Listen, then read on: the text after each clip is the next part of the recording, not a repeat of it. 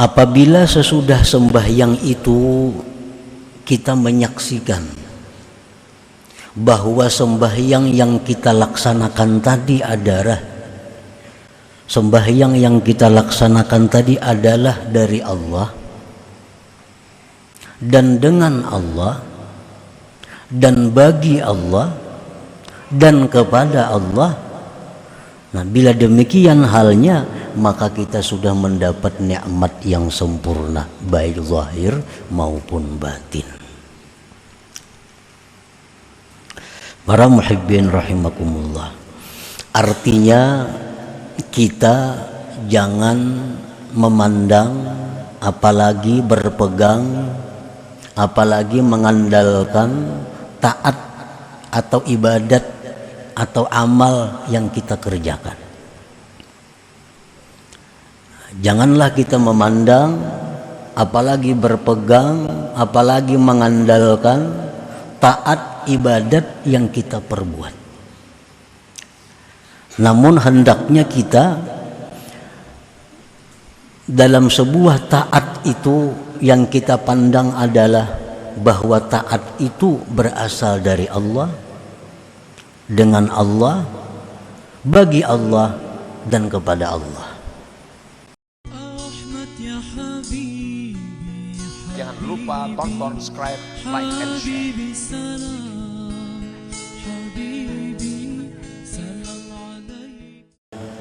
Apabila Allah Subhanahu wa ta'ala memberikan kepada engkau ketaatan dan terkaya dengan Allah daripada taat, maka ketahuilah bahwa Allah sungguh telah menyempurnakan atas engkau nikmat-nikmatnya, baik yang zahir maupun yang batin. Nah, itulah kurang lebihnya terjemah hikmah yang ke-72 ini.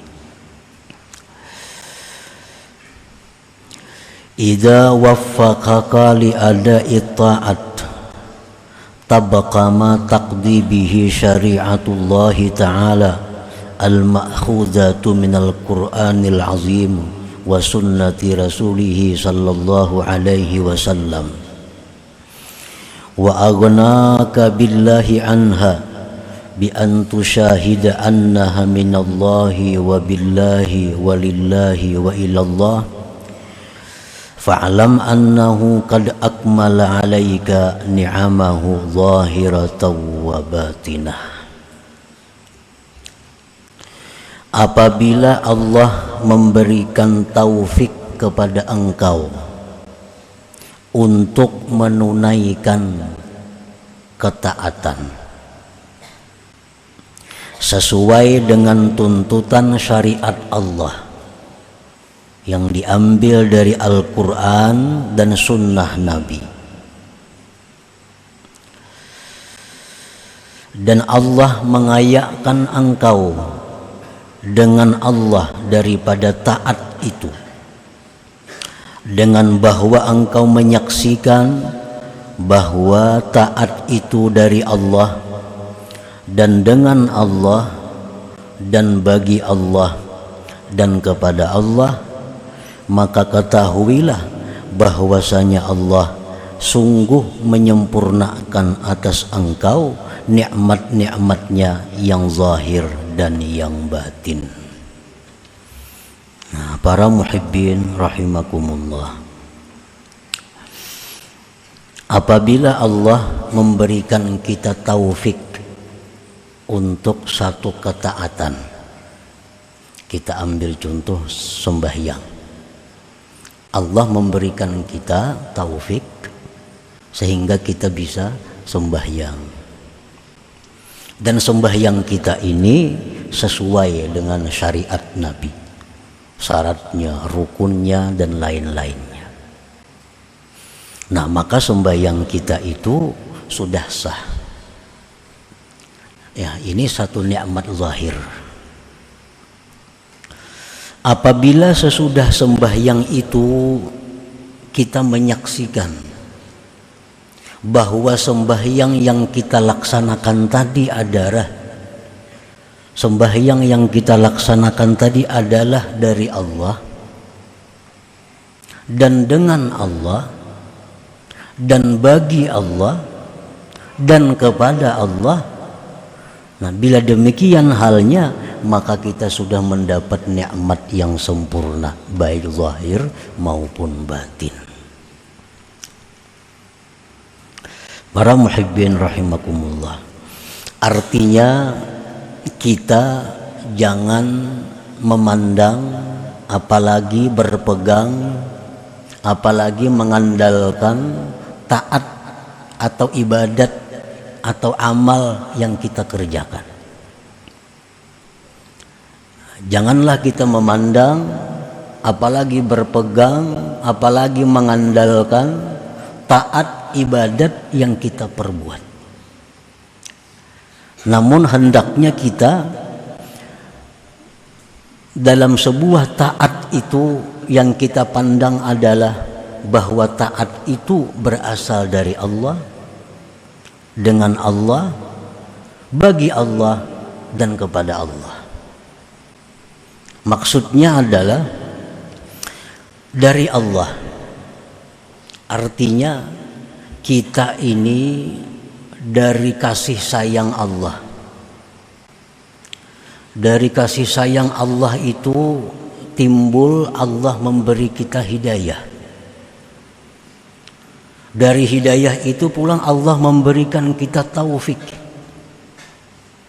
sehingga kita bisa sembahyang.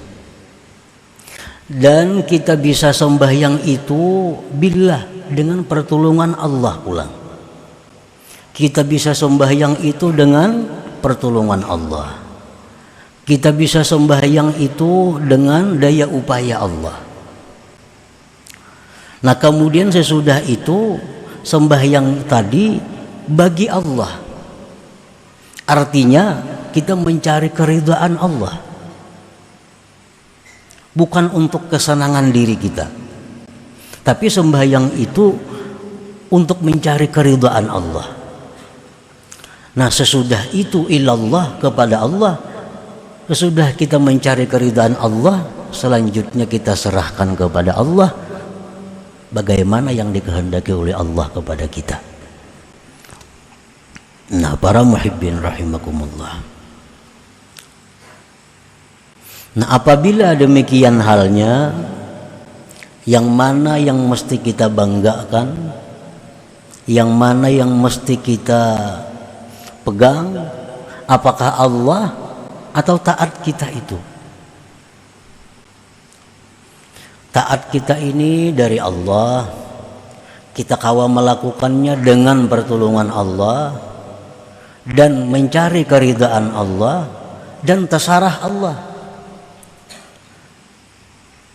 Nah, apakah itu yang kita pegang, apakah itu yang kita andalkan, atau sembahyang kita itu?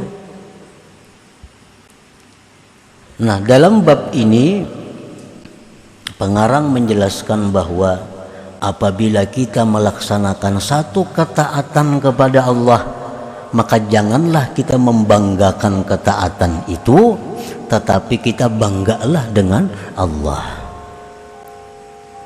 Apabila kita melakukan satu ketaatan, janganlah kita berpegang dengan taat itu, tapi berpeganglah dengan Allah.